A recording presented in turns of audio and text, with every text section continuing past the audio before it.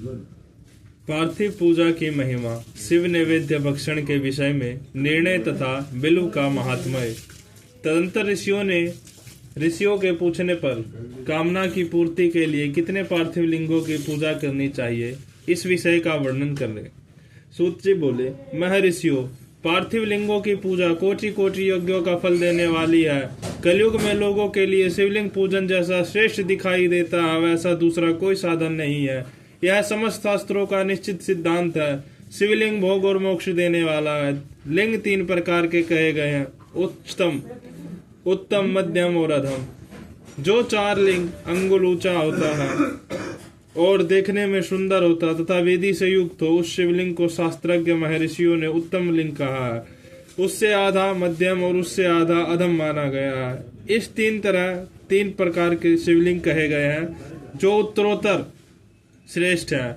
ब्राह्मण, क्षत्रिय, वैश्य, शूद्र अथवा विलोम शंकर कोई भी क्यों ना हो, वह अपने अधिकारों के अनुसार वैदिक अथवा तांत्रिक मंत्र से सदा आदर पूर्वक शिवलिंग की पूजा करे। ब्राह्मणों, महर्षियों, अधिक कहने से क्या लाभ। शिवलिंग का पूजन करने में स्त्रियों का तथा अन्य सब लोगों का भी अधिकार है। द्विजों के लिए वैदिक पद्धति से शिवलिंग की पूजा करना श्रेष्ठ है, परंतु अन्य लोगों के लिए वैदिक मार्ग से पूजा करने की सम्मति नहीं है। वेदज्ञ द्विजों को वैदिक मार्ग से ही पूजन करना चाहिए, अन्य मार्ग से नहीं। यह भगवान शिव का कथन है। दधीची और गौतम आदि के शाप से जिनका चित्त दग्ध हो गया है, उन द्विजों की वैदिक कर्म में श्रद्धा नहीं होती। जो मनुष्य वेदों तथा स्मृतियों में कहे हुए सत्कर्मों की अवहेलना करके दूसरे कर्मों को करने लगता है, उसका मनोरथ कभी सफल नहीं होता। इस प्रकार विधि पूर्वक भगवान शंकर का नैवेद्यांत पूजन करके उनकी त्रिभुवनीय 8 मूर्तियां का भी वही पूजन करे। पृथ्वी, जल, अग्नि, वायु, आकाश, सूर्य, चंद्रमा तथा यजमान, ये भगवान शंकर की 8 मूर्तियां कही गई है। इन मूर्तियों के साथ साथ शर्व, भव, रुद्र, उग्र, भीम, ईश्वर, महादेव तथा पशुपति, इन नामों के भी अर्चना करे। तदंतर चंदन, अक्षत और बिल्व पत्र लेकर वहां ईशान आदि के क्रम से भगवान शिव के परिवार का उत्तम भक्ति भाव से पूजन करे। ईशान, नंदी, चंड, महाकाल, भृंगी, वृष, शकंद, कप, त्रिश्वर, सोम तथा शुक्र, ये 10 शिव के परिवार हैं, जो कर्मस्य ईशान आदि 10 दिशाओं में पूजनीय है। तत्पश्चात भगवान शिव के समक्ष वीरभद्र का और पीछे कीर्ति मुख का पूजन करके विधि पूर्वक 11 रुद्रों की पूजा करके, इसके बाद पंचाक्षर मंत्र का जप करके शतरुद्रीय स्तोत्र का पाठ, नाना प्रकार की स्तुतियों का तथा शिव पंचांग का पाठ करे। तत्पश्चात परिक्रमा और नमस्कार करके शिवलिंग का विसर्जन करे। इस प्रकार मैंने शिव पूजन की संपूर्ण विधि का आदर पूर्वक वर्णन किया। रात्रि में देव कार्य को सदा उत्तर विमुख होकर ही करना चाहिए। इस प्रकार शिव पूजन भी पवित्र भाव से सदा उत्तर विमुख होकर ही करना उचित है। जहाँ शिवलिंग स्थापित हो, उससे पूर्व दिशा का आश्रय लेकर नहीं बैठना या खड़ा होना चाहिए, क्योंकि वह दिशा भगवान शिव के आगे या सामने पड़ती है। इष्ट देव का सामना रोकना ठीक नहीं।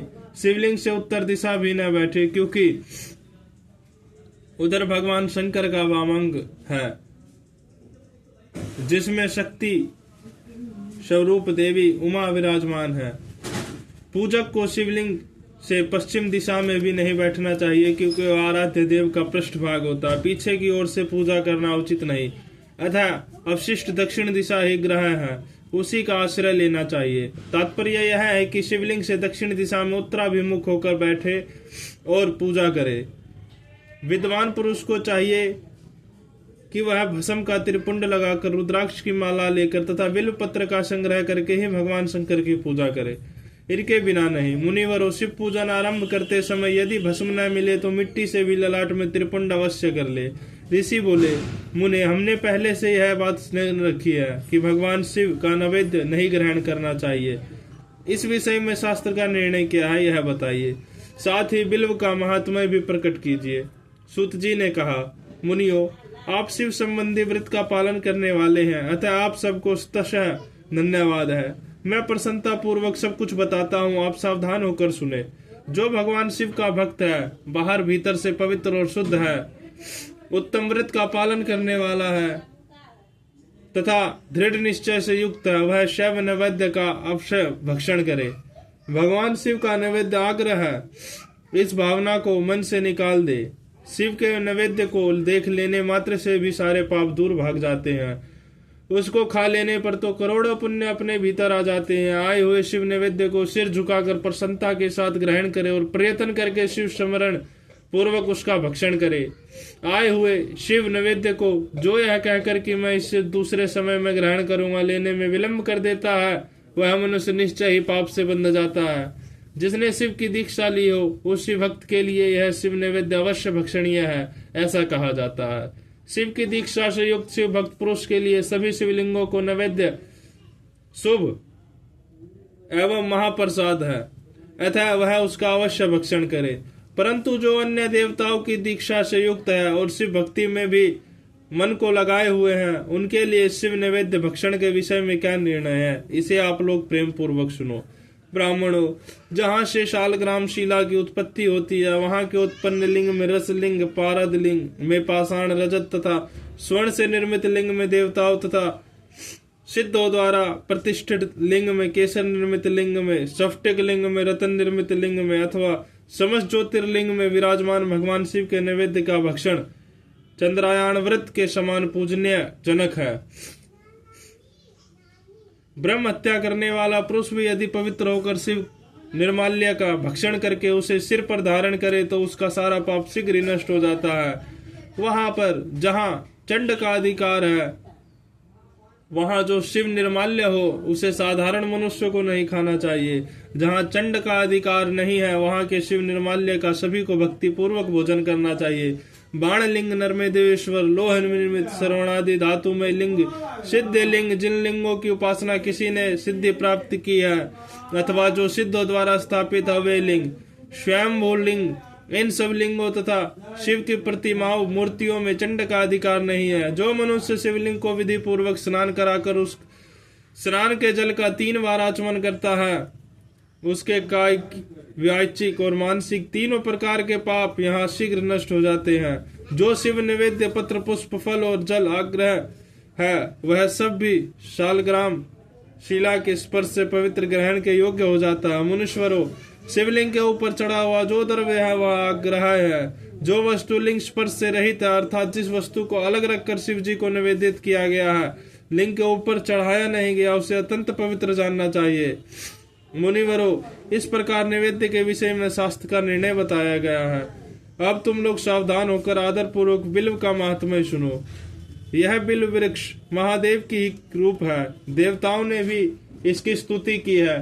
फिर जिस किसी तरह से इसकी महिमा कैसे जानी जा सकती है। तीनों लोकों में जितने पुण्य तीर्थ प्रसिद्ध है, वे संपूर्ण तीर्थ बिल्व के मूल भाग में निवास करते हैं। जो पुण्यात्मा मनुष्य बिल्व के मूल में लिंग स्वरूप अविनाशी महादेव जी का पूजन करता है, वह निश्चय ही शिव पद को प्राप्त होता है। जो बिल्व की जड़ के पास जल से अपने मस्तक को सींचता है, वह संपूर्ण तीर्थों में स्नान का फल पा लेता है और वही इस भूतल पर पावन माना जाता है। इस बिल्व की जड़ के परम उत्तम थाले को जल से भरा हुआ देखकर महादेव जी पूर्णतया संतुष्ट होते हैं। जो मनुष्य गंध, पुष्प आदि से बिल्व के मूल भाग का पूजन करता है, वह शिवलोक को पाता है और इस लोक में भी उसकी सुख संतति बढ़ती है। जो बिल्व की जड़ के समीप आदर पूर्वक दीपावली जलाकर रखता है, वह तत्व ज्ञान से संपन्न हो जाता है, भगवान महेश्वर में मिल जाता है।